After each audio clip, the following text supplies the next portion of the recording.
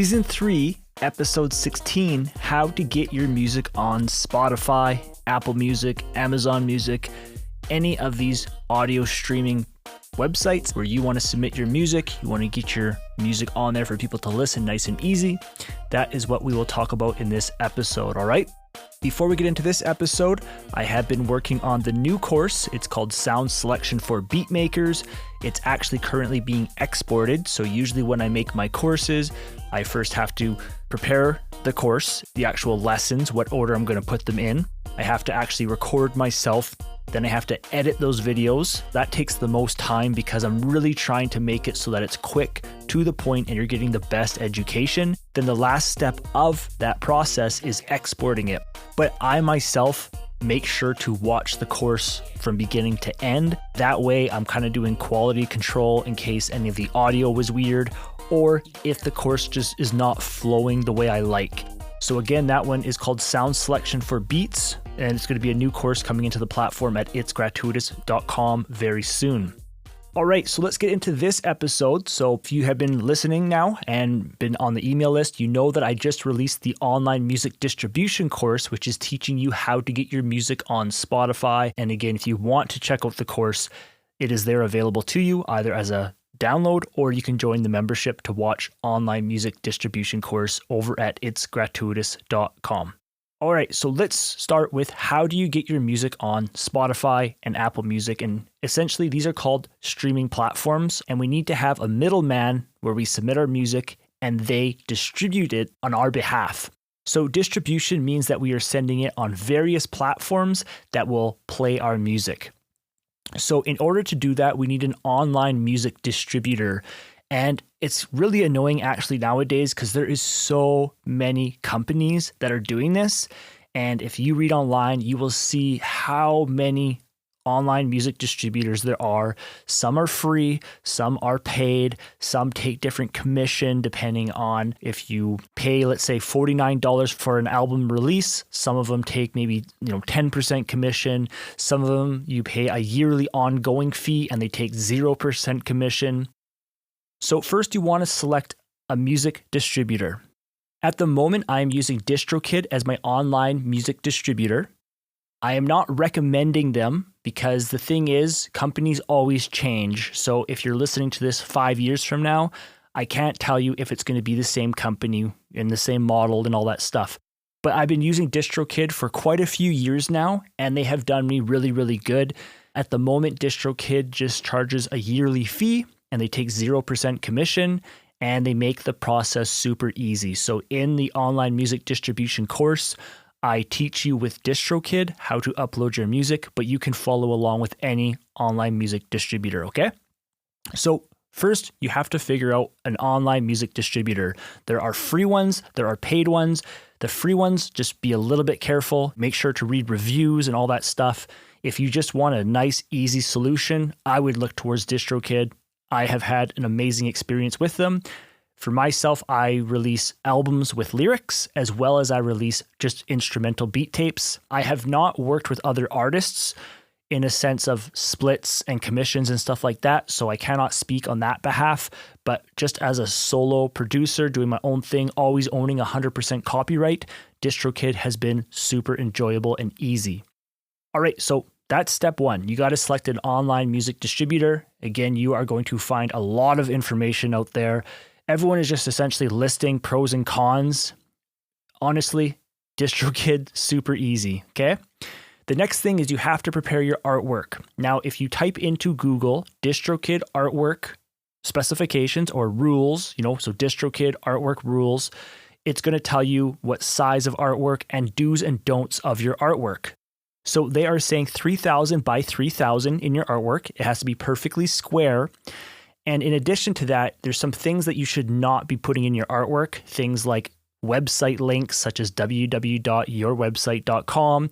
You should not have social names in there, like your Twitter name, and no profanity, no vulgar stuff, no nudity, stuff like that, okay? Again, I'd highly recommend searching that into Google and reading that before you actually create your artwork.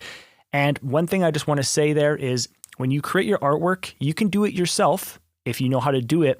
But sometimes it's nice to hire someone out, someone who is really, truly professional, because your artwork is a part of your product. A lot of people don't realize that your music is a product. It's no different than an ebook or a course. For example, if you visit itsgratuitous.com, you'll see my beat making books there. You'll see my FL Studio beat making courses. That is a product. It's no different than creating a song to sell. If someone looks at your artwork, that could potentially make them think, hey, I want to check out that song because of the artwork alone. All right, so that is artwork. Make sure to read DistroKid's do's and don'ts, because things can change over time, all right? But in short, 3,000 by 3,000, make it look attractive. Do not put websites, social names, nudity, any of that kind of stuff into the artwork. The next thing that I highly recommend you do is prepare a track list for the release. So make sure you have that in order. What I do is I create a text file on the computer and I order the tracks in the order that I want the album to be. So let's say my recent Beat Tapes by Gratuitous Volume 10, it had 10 beats on it. I made sure to create the track list, which is the order that the beats go in. So it goes from one beat to the next. You want to make sure you have that track list, because when you go to upload your music, you know the exact order that your music is in, and you're not figuring it out while you're uploading. Also, for the songs, which we'll talk about in a second, you want to make sure that the fade out times of each song make sense, because when you work on just a single track, you just export it, you're good to go. You're not really so concerned with the fade out time.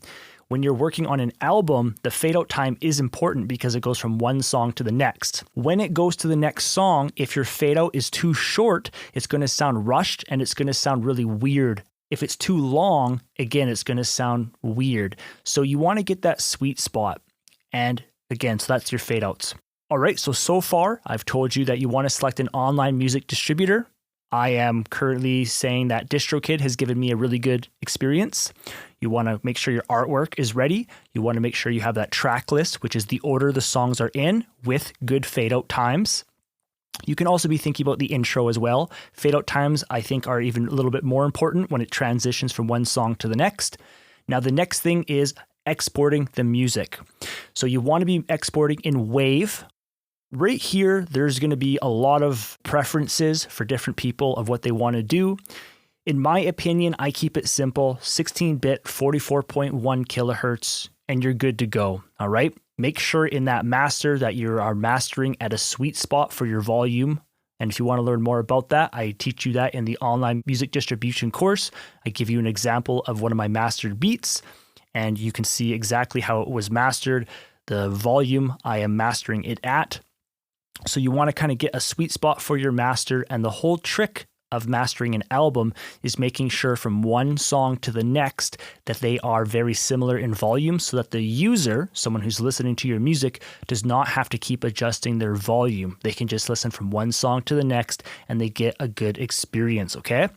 Some people out there will say export at 24-bit and a higher sample rate, but at the end of the day, you are submitting it to an online music distributor, such as DistroKid, then they are sending it to the streaming platforms, such as like Apple Music, Amazon Music, Spotify, and each of these audio streaming services, they do their own audio conversion because they do not play the music as the WAV file, because a WAV file, let's say for your beat, let's say it's 50 megabytes.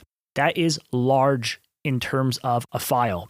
And so if someone's at the gym streaming your music, a 50 megabyte file is way bigger than, let's say, a 5 megabyte file, which is what they do. They take the WAV file, they compress it into a different format, such as MP3 or whatever compressed audio file format they are streaming at, so that the user does not use as much bandwidth.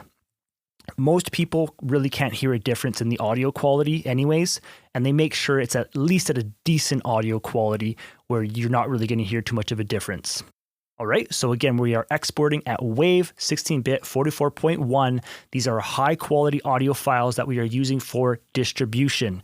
Now, a cool pro tip I teach you in the online music distribution course is you also want to be exporting MP3s. And FL Studio makes this really, really easy. You can just click WAV and MP3 at the same time, and it will literally export both for you. But in the MP3s, you want to make sure that you prepare those MP3s with a software called MP3 Tag. Again, I teach you that in the online music distribution course about how to get artwork into your MP3, how to make sure you have the proper titles, the artist name. And why that's so powerful is because when we send music over email, for example, if you're talking with different people and you want to share your music, all of the information could be in that MP3. If someone listens to it on their phone or in their car, it shows the artwork, the song title, and it's all really, really professional, okay? All right, so that is it for this episode. That is how to prepare your music for online distribution. You select an online music distributor, you make sure your artwork is ready, you make sure you have that track list, which is the songs in order, you make sure that you are exporting high quality audio in WAV, 16-bit, 44.1. You want to master in that sweet spot. Again, you can learn more with the online music distribution course for an example. And then I also show you a bonus about preparing the MP3s as well. Typically, you will be sending MP3 over email, okay? All right, so again, be on the lookout for the sound selection in Beats course. I'm currently working on that right now. And if you guys would like to learn FL Studio, you guys can join the membership over at itsgratuitous.com. You can access 31 beat making courses. There is so much information in there. If you're wanting to learn drum loops, the piano, if you're just brand new, you guys can start with what I call the course pathways page. You guys can find that on the website. You simply just watch the courses in order and you guys get straight to the point training, really enjoyable. There's been a lot of good results from students. If you ever have questions, you can send me an email at hi@itsgratuitous.com. And if you'd like to learn step-by-step how to get your music onto Spotify, check out my online music distribution course. Again, it'll teach you about an online music distributor, the artwork, the track list, exporting WAV at high quality, as well as preparing that MP3 and a lot of other helpful tips. I show you step-by-step, and I actually even upload the beat tape with you, showing a real example of how to do it. I'll talk to you in the next episode. Again, reach out anytime over at itsgratuitous.com.